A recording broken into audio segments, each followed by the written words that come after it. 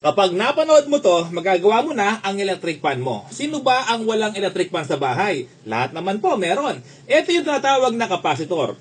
Ito yung tinatawag na shafting. Ito yung tinatawag na bushing. Arap tsaka likod dyan. At ito yung tinatawag na thermal fuse. Kapag napanood mo to, magagawa mo na ang electric fan mo. At pwede mong gawing negosyo, hanap buhay. Napakadaling mag-repair. Napakadaling mag-ayos ng electric fan dahil nandito po ang Jeff Repairman. Okay? So kapag mahina yung ikot ng electric fan, may dalawa po yan. Una, kailangan mong palitan or mas maganda, okay no? Ito po kasi yung dapat mong malaman kung wala kang tester.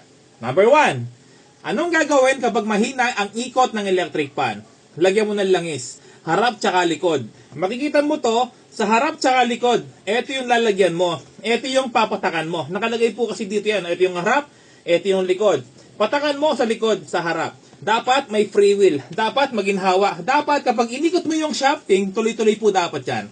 Okay, kapag mahigpit, hindi mo maikot sa kamay, ay ibig sabihin, stuck po yan. Hindi po talaga iikot, uugong lang. No, kailangan alisin mo yung LC.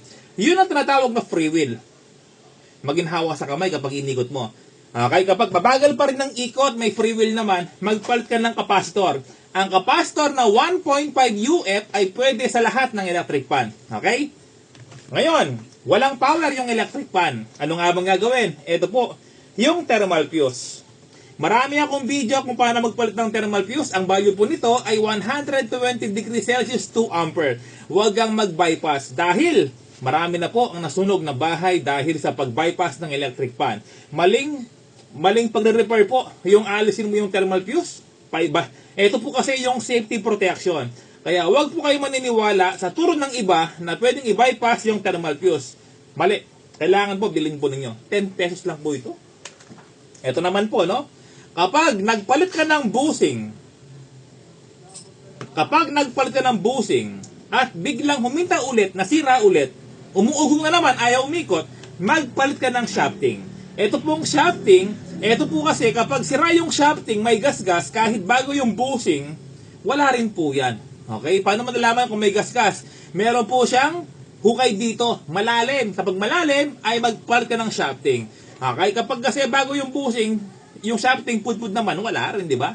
Sayang po ang inyong pagpalit ng bushing. Sa pagpalit ng bushing, may dalawang klase.